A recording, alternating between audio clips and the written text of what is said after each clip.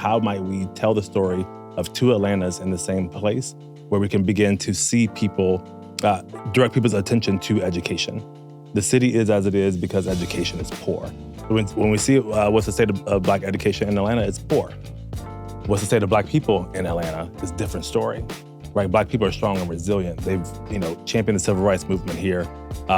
They built their own schools. Booker T. Washington High School was the first Black school in the state of Georgia, right? So there's this strong tradition of Black education and Black educators taking over. You have Morehouse, Spelman, Clark. You've got so many different things here that created the Black Mecca. And then for poor Black people, it's not the same. We have a 4.5% of people who are born into poverty who will get out of poverty in Atlanta. 4.5%. If you're born in poverty, that's who's going to get out. We have literacy rates at that same Washington High School where people are graduating with only 9% literacy. So 91% of the kids graduating from that school can't read. So what do you do when you are 18 years old in the city of Atlanta that's increasingly expensive and you can't read?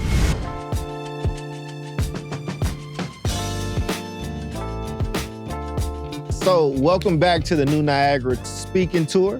We are in the beautiful city of Atlanta, and I'm really, really happy to be here. So far, we've done Memphis, we've done Philadelphia, and now we are here in Atlanta. So before we do recaps of these other cities, we have a very, very special guest here, a very special friend, and it's Anthony Wilson II. But before we introduce everybody, you see him, I just want to speak to this brother just a little bit, just to his character. So I met Anthony in Oakland. We did a lot of work with our good friend Dirk Tillison, which everybody on our show was a friend of and a fan of. The concept of the State of Black Education, which we call SOBIO for State of Black Education Oakland, is a strong bedrock and root to what we're doing on this Niagara tour. And what we wanted to do in that work was talk to people in Oakland about Black education, the state of it, and move things forward. Anthony has since moved out to Atlanta and started an incredible organization that also has its roots there. So we'll have some conversations about the state of Black education in Atlanta here. But brother, welcome to the show with us, man. Thank you. Excited to be here with y'all, my friends in the work and friends in life. I appreciate being here with y'all. Yeah. So we got Jay, artist right with us. We got Chris Stewart. Sharif is here. He's just off camera trolling us because that's what Sharif does. But he'll be on in the next segment. But yeah, man, let me let everybody else say hello first. Chris, how you doing, brother? I'm good. Hello. Jay, how you been? TJ Chris on 1 to 2. I'm good. All right, cool, man. And Anthony, you want to tell us just a little bit about your story, about you, and then we'll kind of roll into the state of Black education here in Atlanta. Absolutely. Well, again, thank y'all for having me. Thank y'all for being in Atlanta, bringing the energy that y'all bring. Anthony Wilson, run equity and education here in Atlanta, but got my start in California where I was born and raised in Compton, right? Experienced a lot of the issues that our kids face, but was able to have joy like Black communities create. And so kind of grew up through that kind of tradition of Black church, go to school, but my parents were in life, right? So, the son of two gang members traveling through the education system wasn't great. And so when I became an adult, I decided, hey, I'm going to fight for the little me and realized that there are so many different little me's out there. And so spent the last 15 years, it's my 15th year in education, trying to figure out how might we build the silver bullet with people who are experienced, who are passionate, who are talented, because we can build a silver bullet if we wanted to. And just trying to figure out how do we do that. And, before we, like I said, trail off into there, can you talk a little bit about just the work in Oakland? You can talk about, and just with our friend Dirk, and for you all watching, I may have mentioned him in a few of these episodes. It's a really good friend of mine, a co-founder in a lot of work that I've done, who passed away, who was murdered during the pandemic when his house was broken into and they shot his wife and him, and he did not make it. But Dirk brought a lot of us together in a lot of different ways. So, I want to honor that brother a little bit. Man, Dirk Tillison, he was like, man, if you y'all want to solve a problem, you got to do 1, 2, 3. He's just so passionate. He cared deeply about Oakland, and he helped me see what Oakland could be. Right, I was born and raised in LA, and Oakland seemed far away growing up, but moving there, just understood what he was trying to create and bring together was how he understood the challenge that Black people face in education. He understood how power worked. And he was doing the kind of the surrogacy of, hey, coming to the Black community and telling us how do we mount up, organize ourselves in order to overthrow that kind of inequity. And so he's missed, man. He built with us. He built us. He built me internally. He supported my campaign for Oakland School Board in District 6 where he lived too. Very generous man. Good. So we lost a giant. We lost a giant. There's some foolishness. It was. And if I don't know if anybody wants to just chime in about Dirk before we transition. But you know, what I always loved about Dirk was that he was like a humble librarian. So I would call him with the problem and he would instantly have resources or remember. So like one time I called him and I said, Dirk, you know, do you have any schools that are doing really great things for kids with special education? Right off the top of his head, he just started naming off schools. And I'm like trying to keep up with him. I'm like, how does he, schools in New York, schools in like Chicago, different places, you know? I'm like, how does he know all of this? But literally, he was like a librarian. He was a source of, he knew so much, which just made me think like, this is the way you do it. You get into an issue and you really like get in that issue and you do it. And that was him. Well, we're here for this new Niagara thing. And I know it's a little new to you, so feel free to ask us any questions. But if I asked you, what is the state of Black education here in Atlanta? We've been to Memphis, we've been to Philly, and after this, we'll do Houston and Chicago. But here in Atlanta, what is the state of Black education? Because I think you wrote a report, right? Yeah, so thank you for lifting up the report. It was created by two folks on my team, Tiffany Fick and Nicholas Salim, who decided how might we present this information to the community. And what we know is that the news says Atlanta is one of the best places to live in the country, and it's constantly at the top of every list. And we know that is true of Atlanta. And then there's a second Atlanta for whom that is not true at all. And so we wrote a report called Two Atlantas where we really just said, where is the line where it's good for some people and not good for other people? And we have all the data, right? We can see clearly how money flows in the city, how power flows through the city, who gets what, when, where, and why. And we know the people who are making those decisions, right? So Jay Artis, right, made the decision, wrote this policy in 2007 that said this community is now no longer this community, allowing developers to come, and now you're pushing out people, right? And so our report really focused on how might we tell the story of two Atlantas in the same place where we can begin to see people, direct people's attention to education. The city is as it is because education is poor. When we see what's the state of Black education in Atlanta, it's poor. What's the state of Black people in Atlanta is a different story. Right, Black people are strong and resilient. They've, championed the civil rights movement here. They built their own schools. Booker T. Washington High School was the first Black school in the state of Georgia, right? So there's this strong tradition of Black education and Black educators taking over. You have Morehouse, Spelman, Clark. You've got so many different things here that created the Black Mecca. And then for poor Black people, it's not the same. We have a 4.5% of people who are born into poverty who will get out of poverty in Atlanta. 4.5%. If you're born in poverty, that's who's going to get out. We have literacy rates at that same Washington High School where people are graduating with only 9% literacy. So 91% of the kids graduating from that school can't read. So what do you do when you are 18 years old in the city of Atlanta that's increasingly expensive and you can't read? You do some things. So you do some strange things for some change. And then we're going to put you in jail. Then you learn how to read. In jail. In jail. Wow. You have a Quran or you have the Bible, right? And so, and then you come out, you can't get a job. And so you create those cycles. So when we talk about the state of Black education in Atlanta, we're talking about how we create the school to prison pipeline very clearly, how we create a permanent underclass to staff these businesses. And then we don't put the resources in the communities at all. And this is not only true of Atlanta. I'm sure y'all see the same story in Philadelphia as in Memphis. So the story of Black people is not unique across the country. Here is just the two Atlantas is we're told what Atlanta is publicly, and it's something completely different once you get on ground. What's the missing link between the two Atlantas? So from a distance, like someone who doesn't live here, Atlanta looks like it has opulence and it's the place to go. And it's been on the top of the list of where Black folks should move, right, for years. But you're saying that there literally are two distinct between, the underclass and I don't know what you would call that other group, but what's the missing link between those two things? Humbly. So I came to Atlanta believing everything about Atlanta. I was like, okay, they just need some help facilitating and coordinating and organizing the ingredients.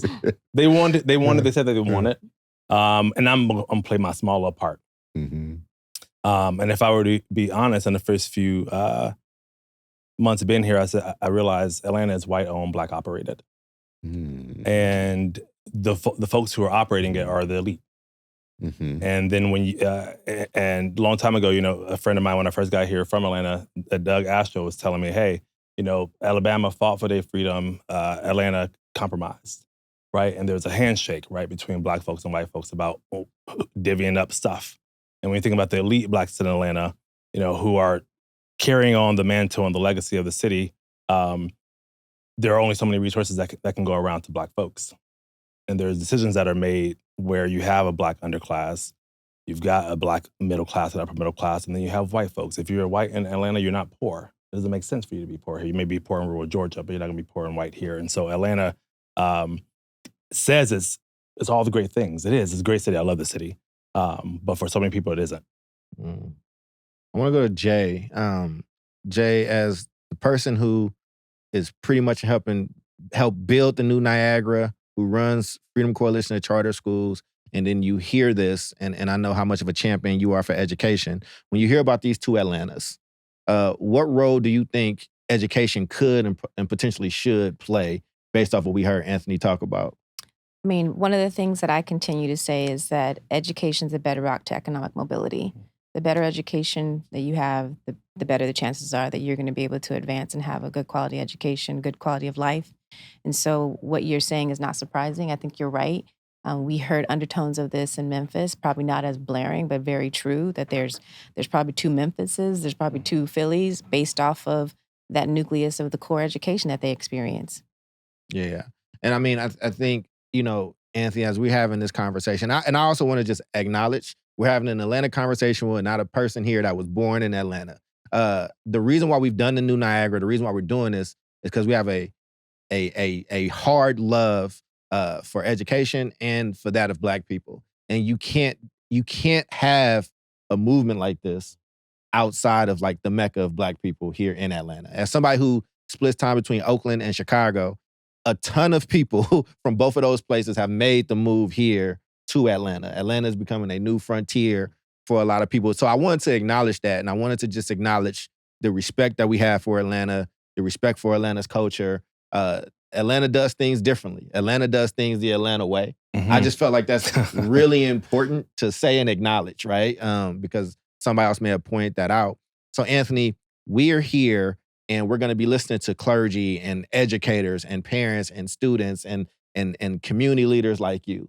And what we're trying to do is really go through these 4 different core areas. The number one areas, first off, will be the state of Black education here. And we're using your report as the backdrop for that. The second part, and I give Chris his credit on this, when we talk about Black people come together, we always focus on some issues. But Chris has pushed us. We're really successful in a lot of ways. We're innovative in a lot of ways. So there's a whole section of tonight focused only on what has actually been working here and specifically in that. Jay is basically our political expert. She used to work in politics. It's something that she did for a long time. So we have a part that's like, yo, what is the political platform that we need to be taking as far as education is concerned? Not a Democratic platform, not a Republican platform, but Black education and learning. And then finally, I like to focus on agency, like communal agency, individual agency. So regardless of what the political climate is, regardless of what's happening in education in schools, what are we doing? If this is our community, our kids, what are we doing to make sure that they get the most of what, they get, the blah, blah. What are we doing to make sure they get what they need? So Anthony, with those 4 things in mind, what are some things, preview what we might hear tonight in Atlanta? You can pick any of those topics, but I did want to add, though, the political part is a double-edged sword because it's the political and the policy. They both exist together. So I definitely want to add that before you spoke. Got you. So I was going right there. Okay. So what we do as an organization, we focus on the policy part, right? We know that there's the Atlanta way. Respect the Atlanta way, honor the Atlanta way, but the devil's in the details, and the details is policy. And if we want to change the material conditions of our people or our kids, we have to get into the policy and rewrite it. The only way that we can rewrite policy is if we get people elected who we can know we can put it in their hands and say, hey, Charles, we just got you elected. Thank you so much for being here. Now here, pass these policies. It's going to reset things, right? We're going to be talking about, I'm sure there's going to be conversations about other legislation, national legislation. We focus on national legislation all the time. But really what governs people's day-to-day is what happens in their cities. So if we can start organizing folks, rewrite local policy, put it in people's hands where people are winning votes by 75. School board members in Atlanta are winning their seats by 75 votes to influence all these kids. So if we can get somebody elected, put the policy in their hand, organize community to say, hey, we're going to support you and give you political cover to do something really hard, pass that policy, and we can just keep that rolling, start stacking our policy wins. Because at the end of the day, if it's not written in law, it's not going to happen. We can march all day if we want to, right? And then also taking the burden off of the people. I shouldn't have to educate 1,000 people about anything. We should be electing people who are not going to take advantage of undereducated voters. It's not about exhausting our time and resources saying, Jay, you got to know everything about all the people. You got to be fearing you into voting. That's why people don't vote. I am about to be shamed into voting. How do we get people elected who are not going to take advantage of undereducated voters? So that's our kind of North Star, and what we can talk about tonight is what policies do we need to implement to begin stacking and scaffolding equity and getting to the baseline where we say, okay, now we can start somewhere. Gotcha. and being gung-ho about it. Yeah, what would you say to people that's like those parents or people that grew up in that other Atlanta that's a part of that where if there's only 4% if you're born in poverty, you leave in poverty or whatnot. What about those people that have lost that hope, that have lost that hope or faith in the political process, that feel like it's rigged, that feel like it, regardless of what happens, it's not going to work out well for them, so they do what they do. What would you say to them? Because I'm sure some of those folks will end up seeing this video. So what would be your message there? I would tell them, you're right, it's rigged. I would tell them the truth. Like, you're not crazy. Mm-hmm. People are out to get you. People are writing laws because they don't like you. Racism is real and is written in law. And now you got to get angry about it. And really where you fight is at the ballot box. And I know you don't want to go there because trauma, literacy laws, it's in our DNA to be afraid to vote, right? Because that's how we were hanged and we were, it's lynched. Like that's it's in our DNA. But if we want to fight them, democracy is the only free thing a Black man got. It's the only free thing a Black person has gotten is their vote. And why would they want to scare you out of voting? Because they know it's the only free thing you got to change your material conditions. And so it's like, yeah, you're right. It is rigged, but there's power in numbers. And if you do this right, we can begin to take over our cities by tomorrow. Yeah. One of the biggest things that I would add to that is just the power of registration. Mm-hmm. Like, people don't realize how powerful it is to be a registered voter, because it now sets a precedent that you are an informed constituent. You are like, it doesn't matter if you're a homeowner or not. That is a vote that someone is counting on. And so, to your point, it's true. Like, we have to amplify the need to be informed, to need to have, acceptance and be socially in the room where the things are happening. And I think that's what's missing. And people don't realize that there's a connection there. Absolutely. Anything you got, Chris? I got some pushback. So I was about to say, I got some pushback. Oh yeah, for sure. And some of it comes, I think, out of our trips to a lot of the cities that we've been to, not just for this particular tour, but just in general. People have voted and they have seen no change in their material conditions for years. So they're not, I love it when you say they're not crazy. Like, they don't believe in politicians anymore or elected or the electoral process, because they've done all that and their material conditions never really changed that much. So, like, there has to be something that people can do before you vote and before you have to rely on the school system or rely on the district or rely on a mayor or a politician or somebody to come in and change things. I wonder how you build power in communities that isn't reliant on politicians and all those other people doing, because they have never come through. Mm-hmm. I shouldn't say, I don't want to talk never, all brand. Yeah, I shouldn't say never, because this is a civil rights city. So some stuff has changed, but in the years since the 70s, people have seen a decline in the return on investment and being invested in electoral stuff and being in, so the material conditions seem to keep getting worse, and we keep telling them to vote and we keep telling them to participate in a system they don't believe in. Can I tell you something about what we're doing? Absolutely. So that's why you're here. Yeah. So yes, you're right. Yeah. Right. So it's not about saying continue to vote because we're voting for you, right? We're saying let's organize so we do the math, right? We say, okay, this seat is worth $50,000. It can be won by X number of votes, 1,000 votes. We need to go find $50,000 and 1,000 votes. And we need to find somebody to put up and say, hey, Chris, you're not part of the Atlanta way. You're not in the galas. You're not an alpha. You're not part of the machine. But we have the people and the money to put you there. So it's not about someone being in the space already. We can go create a candidate. Ms. Johnson, the candy lady. If we trust Ms. Johnson, the candy lady, just to be there and to do what we say, Ms. Johnson, the candy lady, is now going to be the elected official because we raised the $50,000 and we've organized 1,000 votes. We can outwork them. And so what we did, we created a PAC called the Village PAC, where it's $5 per month. People pull their money. I love that. Because if the races, so for instance, the school board in 2021, total 9 candidates or people who won raised a collective of like $200 and something thousand. We said, okay, if we find 5,000 people in Atlanta who want to give $5 a month, we can have $300,000 in our coffer, and that's a swing vote.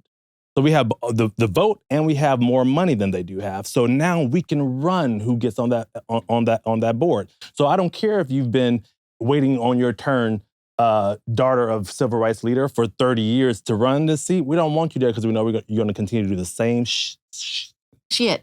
Thank you. Shit. Yeah. For the past 40 years. We want someone who's new and fresh, and we don't have to wait for Superman or a hero or a moment. We don't need no hope. We don't need all this extra crap. We don't need any delays. We don't need nothing. We need to say, hey, who you want on there? I know what they on the TV, they on my phone, they telling me bullshit. What you want? And then we collectively decide who to put there. And we raise the doggone money, and we count the doggone votes. And that's power. And we take this power. And we take it out. What's your pushback? I think it's power, but is it power, right? I think here's the thing, right? Because I know there's a lot of people that doesn't trust politicians. Even if you weren't a politician, you become one, right? Like, I think there's just a general distrust. And I know that there might be some people that are saying $50,000, I can do a lot with $50,000 as opposed to trying to run and get somebody elected. I actually love what you're doing. And I think that we need people everywhere. But that's why I think we split Niagara in the way that we did, right? Where we have this political policy piece, but also this agentic piece, right? Like, because there are a lot of people here. I mean, when we had Killer Mike on the A Black Hand show a long time ago, he talked about his family. I think he went to Booker T. Washington High School, but he talked about like those skills that they learned and kind of how some people have been divorced from the process. To your credit, though, he also pushed people to get very involved in their local politics. I think, though, that for some people, it can be almost a disheartening message, though, is that your answer for my pain, my suffering, my constant disappointment can't always be to vote. I think it's some of the things that I've been hearing on the road where it's like, you can't keep telling me every election is the most important election of all, and then we do what you ask us to do, and then you don't talk to us anymore, right? Now, I'm not saying that that's what... I know that y'all are very localized. I just don't want to have a conversation that's devoid of people in their homes that may not be saying this publicly, but it's like, man, I got to go to work that day. But I also think that they've missed the power part of that, right? Because all that he just described was not just a matter of you leveraging your civil right or your citizen engagement, your civic engagement. It is a matter of seeing where the power is. We can talk about issues all day. We can decipher through the problems, but where is the power to change them? And the power to change them rests in people's hands that we don't agree with or that are not a part of our network and our community. So I love what you're saying because it's not just, you don't want to just say, oh, go out and vote. You don't want to just say, go register to vote. You want to say you need to be an informed citizen. You want to say that you got to understand how to change the process is to be a part of the process. Our public school systems have developed the way they have because we have divested from those systems. If you want a good education, you don't go to a public school in your neighborhood. You either go to a private school or you find another school to go to. How does that impact your community and your neighborhood? We got to get back to those core kind of organizing, grassroots types of mentalities that give us ownership, that give us agency, and give us power. And those are still rested in a system that we did not create, but we are very much a part of. Well, I think that we're about to talk to some people that start their own schools here, right? Whether it's, charter schools or traditional public schools or whatever. And I know that there's a policy play in there, but I think we need to be a little very self-sustainable. I think there has to be something, it has to be probably voting because here's the difference, right? There's a lot of there are grandparents that have been voting since they got the right to vote and they love it and they do it. And then they vote on this thing, they vote this person in, and then eminent domain comes and they show you real power. Hey, well, we want a freeway here. So whatever plans you had, whatever, right? Or somebody that was a regular everyday person that came in with the best of intentions, gets into power, gets a little bit more information, and then somebody comes and greases that palm. The other thing is, I worked in the Oakland Unified School District. I worked in a place, and we say these things like we've divested from education. We raised our per pupil spending by a ton in Oakland. And it's still, but those Black people that we were trying to raise that money in those schools for still didn't have that real power. Those white parents in the hills that said, we choose with these principles, we make sure that we make these decisions. I just think that I like this conversation because the conversations need to shift to more conversations about power. And power needs to be attainable in a lot of different ways. And I agree that I'm not telling nobody not to vote. You should definitely vote and be engaged. But I think there's an and there. I think there has to be some other work that's gonna follow, or we're gonna have the same conversation, argument in 2 years, 4 years, 6 years in these cycles. And I think that we're losing people. I think let's just look at the last federal election. I know we're talking locally, but let's look at how people were 4 years ago in that election, Black people, what the message was or whatever the case is. A lot of those people believed in that and worked to that, and many of them are disheartened now. And I just don't want to ignore those voices or write them off. But I love the work that you're doing. I think that the way you've described it is just really strong. I just think it's a good conversation to be having. These are not easy things to fix, but that's the purpose of the new Niagara. Like, what are the various solutions? So I think one solution is around voting and politics and things like that. But I think, what do our schools look like? What do new micro schools look like? What do new charter schools look like? What do new power apparatus look like? How are we teaching people to harness, and share power in a way that truly protects their kids, truly protects and builds their communities? It's that self-sufficiency. It's the self-determination, what we talk about in our organization. It's a matter of like, when it doesn't work for you, what are you willing to do? Yeah. Are you willing to not accept this anymore? And what does that look like? And those are conversations that we need to have more so in communities where it's not just getting fed up. It's not just like you mentioned, like it's not just marching anymore, right? It's a matter of like, all right, I've had enough. I expect something different. And you do see that happening. I mean, specifically in Oakland, you've got the lawsuit that just came out where parents got together and said like, no, like you have failed our children and someone should be accountable for it. That's power, but it came at the genesis of realizing that the only thing that's going to change is if you stop accepting the status quo and what's been given to you. Like, that's the first thing. One of the things that we talk about, we even ask people, just say the word power. Some people aren't even comfortable with even understanding how power is vested in them. Saying they want it. Or yeah, exactly. So it's a whole mind shift. Yeah. And then we also have to think about, what does it mean and how does it attach to people who, we don't even call them public servants anymore. We used to call elected officials, politicians, public servants. That term has been completely demolished. We don't even talk about that anymore. So like, again, back to what you're doing as far as developing people to like, all right, if this is my district and the people that are in this district aren't from here, don't have any investments here, how do we get you out and get somebody here that is a part of this community? It's the same thing across the board, like ownership and self-determination across the board for what we're doing, which is the new Niagara, right? Right. Well, and I know we're coming to the end of the segment. Jay and Chris, anything burning before I throw it to Anthony to close us out? This last part, I just think I was very interested in the conversation. I was going back and forth because I feel like before you get to voting, before you get to education, before you get to a school, we're misdiagnosing the problem. Organized communities require people. I love that your pack is called the Village Pack. We need to have like a village, what a village means. What's Village Manifesto? How should we relate to each other? And Charles, I know you've seen this in your life. Like some places you live, if you don't have eggs or you don't have sugar, but we're going to have eggs and sugar, right? Right. We're going to take a note to Miss Johnson house. And she's going to, you're going to come back with butter and maybe a few other things, right? That is the village mentality that I think is power. And we have lost that because our communities have been, number one, people move away from each other or they don't live where they, live, whatever, the transient. But if we could get the organizing part first, then voting will be a good byproduct. Our schools will, we will have a better, I think, attack on schools if we're organized communities. That's not easy. Like I'm saying that like it's I easy, disagree. but like we need to build I don't know how you build relationships to fix what I just said, actually, but we should. I think I disagree with it not being easy. One of the things that I've found when we've done organizing trainings, we do house meetings with parents. Mm-hmm. You know, y'all have a barbecue every year. You know, y'all play cards, y'all play bones, y'all get together all the time. That's organizing. Mm-hmm. What you don't do in those spaces is facilitate a conversation that leads to an impact of something. So it's not as difficult as people think it is. And even to the extent now, we're telling parents, you know, this is a career move. You know, labor workers organize that, you know.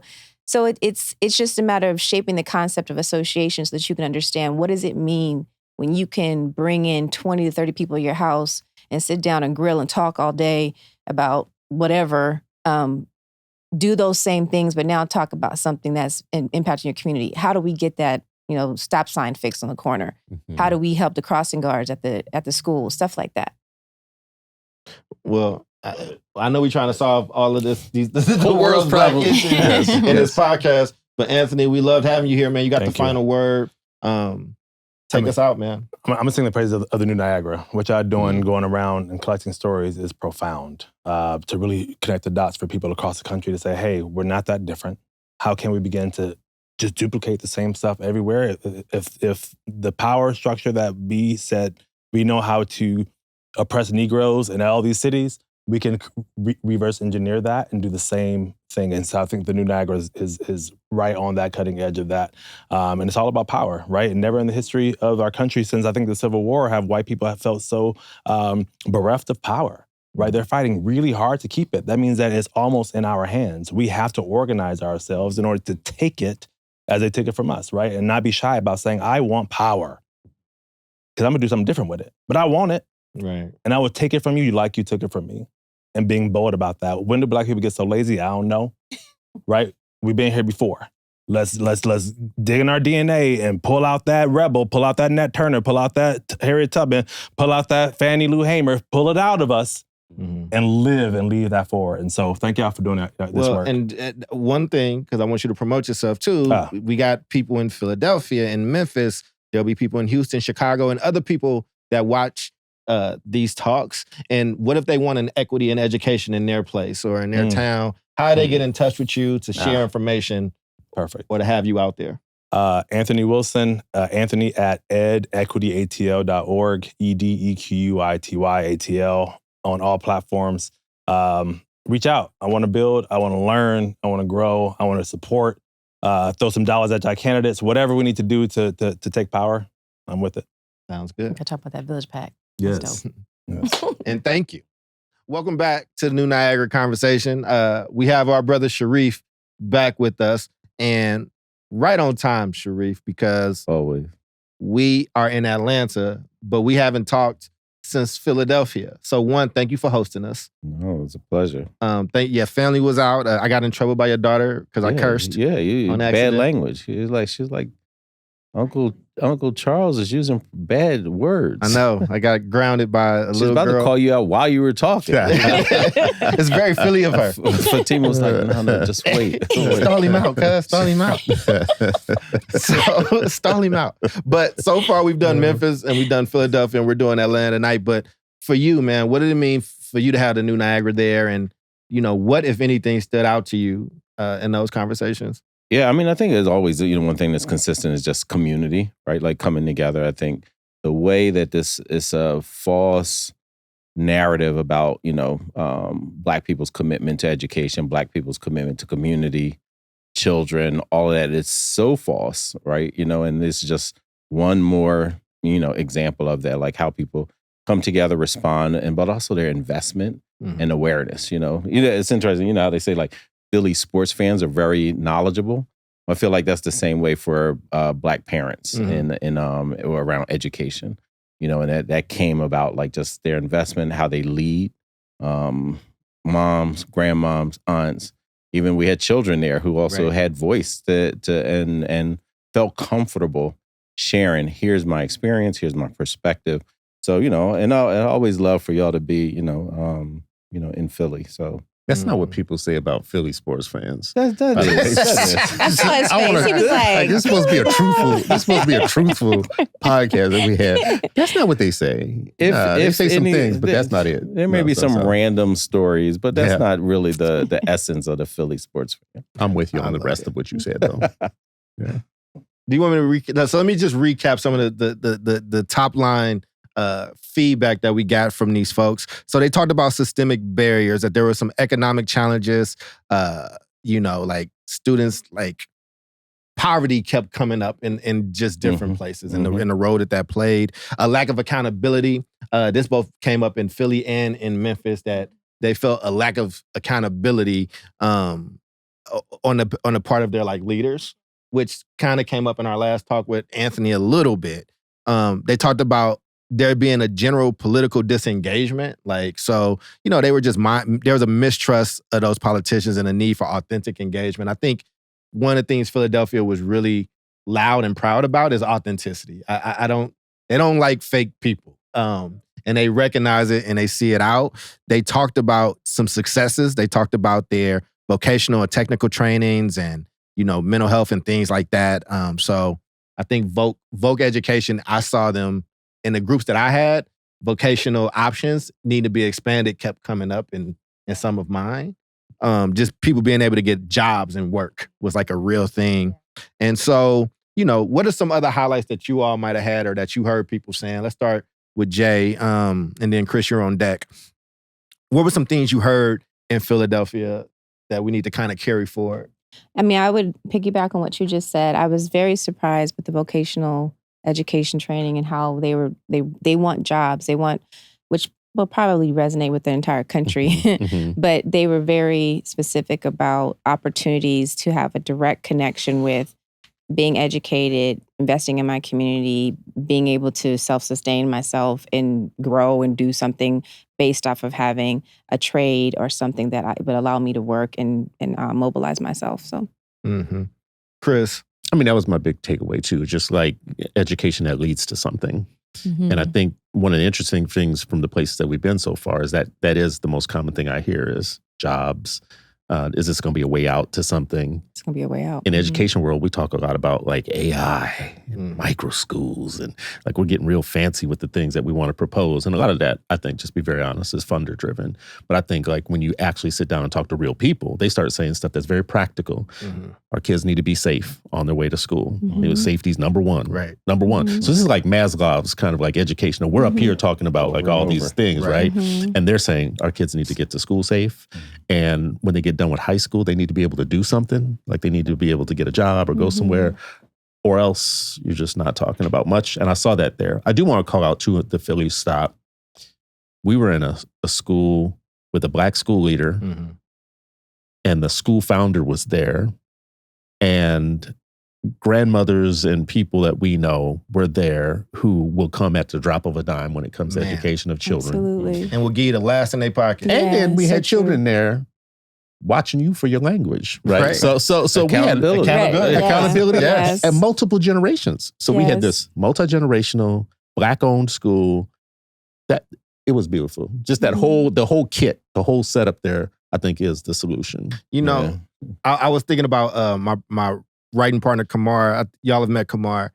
We work on some other projects together, but one of the things he's always reminded me of, and it came up in this moment, and I felt this in Memphis and Philly, and I expected to feel it tonight. And I'm saying feel it. Like, there's a spirituality component to this stuff. Like, you just feel, let me reiterate. I'm stressed out, right? I'm trying to hit this mark. I'm trying to make sure things are on time. But as soon as we start, these people embrace you in a different way. Like, they're in our community, even when we're talking about something that's struggling, or we're talking about poverty or crime, like, there was this knack for that crowd to take care of us and to take care of each other. We're home even when we're away. Right. But Kamar always points out, we don't talk about that part of our identity enough. And some people might blame, white supremacy seeping in or pushing us away from the things that's innate to us. But every city we've been in has embraced us in this familial type of environment. They've welcomed us. They've listened, and they've got like you said, those grandmamas came and they just dropped everything to be there and like, what's next? And I just wanted to just put that out there because Philadelphia was really strong in that. Well, I mean, I think that's a important part to name, talk about, but also like that is part of being culturally proficient, right? And so when we're talking about like schools that are culturally incompetent, this is what they don't have. This is what families don't feel. This is what students don't experience. This is what Black teachers say, like, hey, this is what drove me out. The lack of having that level of respect, collaboration, community, connection, right? Connection, right? And this is when you talk about like even developing teachers and they're like, yeah, I'm managing classrooms. Like, you're talking about managing a kid, a child, a human being, as opposed to creating a community of cooperation, right? Like, what if somebody came in your living room and said, I'm managing your living room? Yeah, like, like what you do? Like, F you, bro. Dog, yeah, I'm saying, like, nah, like, you know what I mean? But like, it's a very different level of, it's a different orientation. And some of it isn't spoken about, right? In that kind of very direct, explicit way. And this is how you get these people, armed with some other kind of mindset and then flooding our communities and in our schools and leading classrooms and schools in a way that we find oppressive, off-putting at the least, and extremely disrespectful, often. I thought the biggest beauty of it, not only there, but also in Memphis, is the ownership that people felt around the space and their time and the value that we were giving them. Like, we're coming to you and asking you directly, what is it that you feel? How do you feel? What if you had the magic wand or whatever, how would you change things? And I think that in itself is beautiful because these people don't get to ask that enough. And not only that, but you lay it out like, we're not only going to ask you, but once we ask you, we're going to take what you're saying and implement it in a way that resonates back to what you're feeling. So it's like you're setting people up to continue, like you said, to be valued and feel respected and know that their voice is actually powerful. So I just want to like honor the process that we have had though, because it's a bottom up movement. And that's rare. So I like to like in the moment say what this is rare, this is different. It's bottoms up, and a lot of our movements start from top down.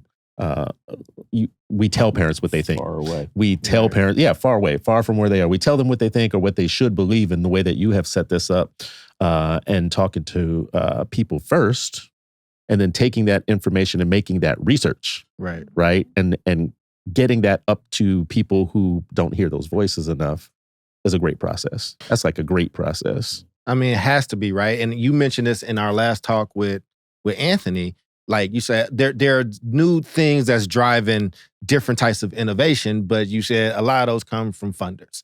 And we were very intentional with the new Niagara of, we're going to talk to these experts, but we're going to talk to these experts after we've talked to all these other people. And I just think because this is what should be dictating what is the thing, right? Like if AI is an important conversation to have, we should have it. But if everywhere we go, parents are telling you safety is my number one concern. like unless you're talking about AI to make my kids safe, but I think but it has to be packaged as research. We do need to research ourselves more. And I think that once we have, this drives me into what we're expecting to hear tonight in Atlanta. Like, I'm anticipating a little bit, much of the same. I think that we're going to get a lot of pride. People from Atlanta are proud to be Atlanteans the same way people from Philadelphia. Everybody's not like Sharif or it's obnoxious, but Philadelphia 215, baby. I can't wait to the Chicago one, brother. You're going to meet your match in that. Listen, all I'm saying is I hope that today there will actually be people who were born in Atlanta, because it's hard to find them, often when I'm going around Atlanta. I love this city, but every time I've been here 1 year. Oh yeah, I've been here 5 years. I'm just trying to find the folks, but I'm sure they'll be here tonight. Well, I'm looking forward to it. I think we will have some people that are native to Atlanta. And as we start to close up, we're coming in our last 3 minutes of this talk. Here's the thing that I'm learning and hearing. You run a full campaign, Sharif, about we need more Black teachers, and I agree. And I think we need more Black school founders and leaders, like the school that you had us in Philadelphia, because those elements should be present. That spirit should be present. Whether you're doing it in a charter apparatus, which legally is working for a lot of us right now, where it's allowing us to build schools the way that we need to build them for our people that are free to our young people. I am hearing this message reiterated. I am hearing people say they want choices and options. I'm hearing people say they want a school that Sharif El-Mekki has built, from his mind. They're going to want a school built here in Atlanta by Miss Torrey at Resurgence Hall Charter School, where we're going to be hosting tonight. People want those. Like, they're begging y'all to make more schools. Like, we had dinner with her last night, and she does K-7, about to go K-8. They're begging her to build a high school. You get what I'm saying? So I just hope people are hearing that and heeding that and not dismissing common folk, common Black folk who putting their kids and entrusting them and entrusting their communities to these people. I just hope people are not missing that message of what we're asking for clearly. Let me get some final thoughts from you all about what you all are expecting tonight. We'll start with Chris and come around the horn. So first of all, I just want to say, in the last time we talked, I misspoke about the Niagara movement. I said that it was started by a Black man named Robert Smalls out of Minnesota, and it's Frederick McGee. Okay. He's a Black attorney, and he's the one that Du Bois credited for the Niagara start. It was his idea. And I told you this, Jay, today. Like, I'm just doing Niagara history in each of these drops at the end. The first meeting was in Niagara because of the waters and the strength of water and the power of the falls. But the second one was in Harper's Ferry. Harper's Ferry. Mm-hmm. And it was symbolically on purpose to be placed there. And I think I can't give much commentary right now but mentally that should do something to the way we think about this movement, right? Start with the people gathering and the luminary stuff, but then get to Harper's Ferry at some point. Mm-hmm. Yeah, and I agree. And you said, and then get the funders to be John Brown. You mentioned earlier, like, hey, we're going to talk to the experts, but I think we've been talking to the experts all along. Absolutely, right? Like, and I think making sure that their expertise is recognized, elevated, and holds the same weight, right? And then also, if there are folks who are like academic, experts, you're bringing that together. Like, hey, here's you can read and write and all that. Here's my lived experience, right? And making sure like we're meshing that together, in the way of this table of expertise or these conversations. So yeah, looking forward to continuing, learning. Mm-hmm. And being just engaging with the experts in these communities. Yeah, I think a lot has already been said. I think that knowing that Atlanta is the Black Mecca, as people say, I'm hoping that we can continue that the connection that we've seen, that we can bring that spirit from Philly and Memphis here in a way that also connects it to a larger base of people. That I'm always about power. How do we take this and have impact? So for me, all of this is, I'm a little bit anxious because I want to get to what's next, Right. Mm-hmm. But the great thing about it is just being in the place that we value the people that are there every day and their lived experiences. That energy that we have around us, I'm looking forward to having that. Mm-hmm. It feels good. It feels nice to walk in a room and be seen and be heard and be present. And all of us are a part of the conversation. So I'm looking forward to that. And I think what I'm looking forward to, I have to, as a researcher that's on this project, I have to let the data guide me. So I'm trying to stay reserved in that. So, just for the intellectual process of it. But, when you talk about what's next, I can see here's the Niagara schools, or here are the schools that, and basically we talk to these Black people, these Black experts all across the country doing great stuff. And here are the things that were present in each of those conversations. And if you're starting a school, if you're starting a movement, if you're starting a hospital, if you're a funder, like whatever the case is, whatever role you're going to play in this work, these things need to be present. And if they're not, you need to kind of fix it because your community has told you. I think that's quite powerful. Yeah. You just like, how do you bring spot? You just blew up the spot because the Niagara schools, Yeah, how do you bring my mind just went to totally different place. And how I think about this, how do you bring the voc ed that people were talking about and the AI together?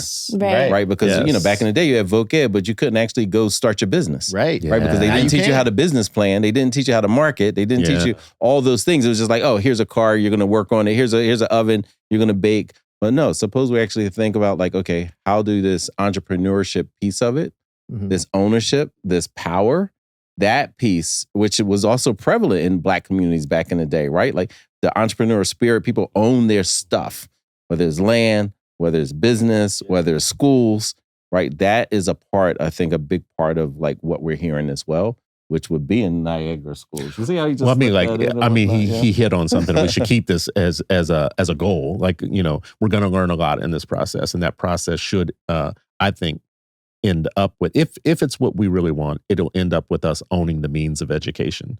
People talk about the means of production, who should own it, but who should own the means of education? Now, we've already talked to people that started schools, that are running schools, so they own that part of the means of education. And you're talking to folks, and we're talking to folks who should inform what a Niagara school should look like, right?